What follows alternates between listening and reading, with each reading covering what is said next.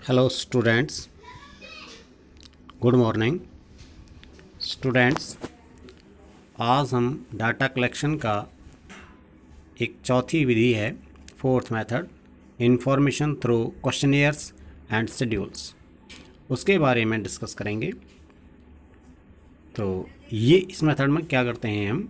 In this method investigator prepares A questionnaire keeping in view the objective of inquiry. There are two ways of collecting information on the basis of questionnaire. इसका मतलब है कि जब हम information questionnaire से लेते हैं तो होता क्या है कि जो इन्वेस्टिगेटर होता है वो एक क्वेश्चनेयर तैयार करता है, एक प्रश्नावली तैयार करता है अपने उद्देश्य को ध्यान में रखते हुए, और इसके दो तरीके वो यूज़ करता है, जिसमें से दोनों तरीके हैं, एक है मिलिंग मेथड और दूसरा है एन्यूमरेटर मेथड। यानी एक डाक विधि कहलाती है और एक गणक विधि कहलाती है। अब इसमें जो पहला मेथड है उसे हम डिस्कस करेंगे आज, मेलिंग मेथड। इस मेलिंग मेथड में क्या करते हैं, इन्वेस्टिगेटर क्या करता है मेलिंग मेथड में? In this method questionnaires are mailed to informants attached with a letter giving the purpose of inquiry. It is also assured that the information would be kept secret. The informant notes the answers against the questions and returns the completed questionnaire to the investigator. इस विधि में होता क्या है कि जो investigator होता है वो अपनी जो क्वेश्चनेयर प्रिपेयर करता है उस क्वेश्चनेयर को एक लेटर के साथ इन्फॉर्मेंट्स के पास भेज देता है। उस लेटर में लिखा होता है कि भाई, उसमें एक तो पर्पज़ बताया होता है, लेटर में ये पर्पस दिया होता है कि जो हम डाटा कलेक्ट कर रहे हैं या जो क्वेश्चनियर में हम आपसे क्वेश्चन पूछ रहे हैं वो उसका पर्पस क्या है, ताकि उसको कोई संदेह ना रहे। दूसरी बात, उसको ये विश्वास दिलाया जाता है, एश्योर किया जाता है उसको कि जो इन्फॉर्मेशन वो देगा उसको पब्लिक नहीं किया जाएगा, सीक्रेट रखा जाएगा, ताकि उसे भय ना बने और वो आसानी से क्वेश्चनों के उत्तर दे सके। इसके बाद क्या होता है, इन्फॉर्मेंट उन क्वेश्चंस के अगेंस्ट आंसर लिख देता है और उन क्वेश्चनियर्स को जो कंप्लीट कर दिए हैं उसने उसे इन्वेस्टिगेटर के पास भेज देता है। तो ये मेलिंग मेथड कहलाता है, यानी मेल किया जाता है, क्वेश्चनियर को मेल कर देते हैं और उसमें आश्वासन देकर उसे इन्वेस्टिगेटर आश्वासन देकर उसके भेज देता है, और उसमें क्या होता है कि जो इन्फॉर्मेंट है उसमें आंसर दे देता है और उसे वापस रिटर्न कर देता है। ये मेलिंग मेथड कहलाता है। अब इस मेथड में जब यूज़ करते हैं तो इसके कुछ गुण हैं, मेरिट्स भी हैं तो वहीं डीमेरिट्स भी हैं। मेरिट्स क्या हैं? इसके मेरिट है इकोनॉमिकल, मितव्ययी है ये, यानी इसमें खर्चा कम आता है, इसमें टाइम भी कम लगता है, मनी भी कम स्पेंड होता है, एफर्ट्स भी कम लगते हैं। बस इतना है, उसे क्वेश्चनियर को भेजना है, क्वेश्चनियर उस भेजने के बाद इन्फॉर्मेंट उसमें इन्फॉर्मेशन दे देगा और उसे वापस भेज देगा। तो इसमें टाइम भी कम लगा और धन भी कम खर्च हुआ और एफर्ट्स भी कम हुए।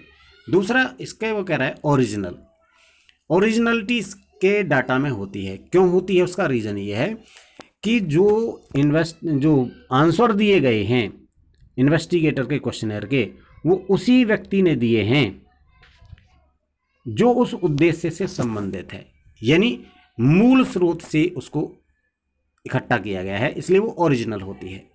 उसके बाद आता है वाइड कवरेज, क्योंकि इसमें केवल हमें मेल किया जाता है क्वेश्चनियर को, तो हम बहुत लंबे क्षेत्र, एक वाइड एरिया की कवरेज इसमें करते हैं, लंबे क्षेत्र से डाटा को कलेक्ट कर सकते हैं, बहुत बड़े क्षेत्र से डाटा को कलेक्ट कर सकते हैं। तो ये इसके जहाँ मेरिट्स हैं वहीं इसके कुछ डीमेरिट्स भी हैं। इसके डीमेरिट्स कुछ थोड़े ज़्यादा हैं, और पहला डीमेरिट है इसका लैक ऑफ इंटरेस्ट, यानी रुचि का अभाव।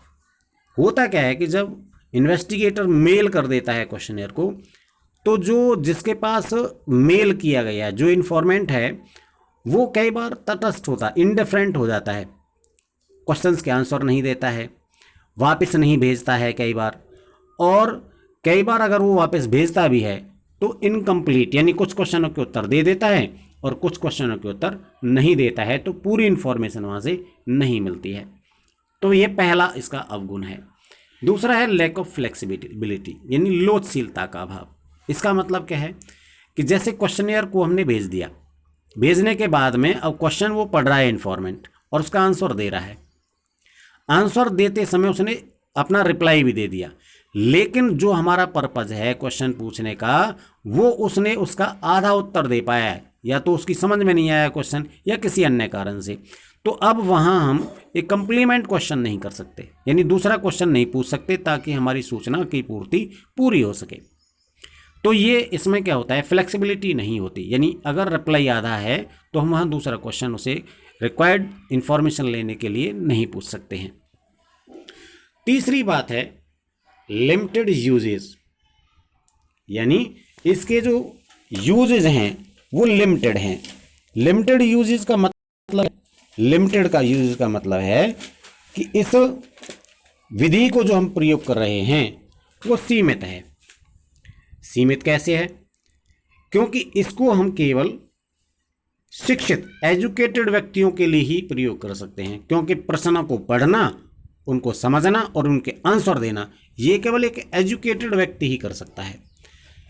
इस क्वेश्चनियर मेथड का या मेलिंग मेथड का यूज हम एक अनएजुकेटेड यानी कम पढ़े लिखे या अशिक्षित लोग के लिए नहीं कर सकते हैं, यानी कि केवल इससे हम जो सूचना प्राप्ति कर सकते हैं वो केवल शिक्षित लोगों से ही कर सकते हैं, एजुकेटेड पर्सन से ही कलेक्ट कर सकते हैं, अनएजुकेटेड से नहीं। तो ये एक सीमित उपयोग इसका हो जाता है। उसके बाद होता है बायस्ड, पक्षपात। अगर जो इन्फॉर्मेंट है वो बायस्ड है तो सिंपल सी बात है कि उसके द्वारा दी गई सूचना भी बायस्ड होगी, यानी ये इसके ऊपर डिपेंड करता है इन्फॉर्मेंट के ऊपर कि वो किस तरह का है। तो संभावना है कि जो हमें कलेक्शन, हमारी जो इन्फॉर्मेशन हमें मिली है वो बायस्ड हो। तीसरी बात है, जो उसके बाद नेक्स्ट पॉइंट है शुद्धता की कमी, लेस एक्यूरेसी। शुद्धता की कमी, अभी हम थोड़ी देर पहले कह रहे थे कि इसका जो गुण बता रहे थे कि मौलिक है, मूल स्रोत से प्राप्त, तो उसके हिसाब से तो ये शुद्धता इसमें होनी चाहिए। लेकिन होता क्या है कि कई बार क्या होता है कि जो क्वेश्चनियर तैयार किया गया है उसमें दो बातें हो सकती हैं, या तो कुछ क्वेश्चंस कम लिखे गए हैं या कुछ क्वेश्चंस इस तरह लिख दिए गए हैं कि वो जटिल हैं और इन्फॉर्मेंट उसका सही उत्तर नहीं दे पाता है। तो जो दिए गए इन्फॉर्मेशन होती है उसमें एक्यूरेसी नहीं हो पाती है, और एक्यूरेसी न होने के कारण हमारे डिसीजंस गलत हो जाते हैं। तो ये इसके डीमेरिट्स थे। तो स्टूडेंट्स, मैंने आपको मेलिंग मेथड, इसके मेरिट्स और डीमेरिट्स बताए। इसका दूसरा पार्ट है एन्यूमरेटर्स मेथड, जो मैं आपको कल बताऊंगा। Thank you.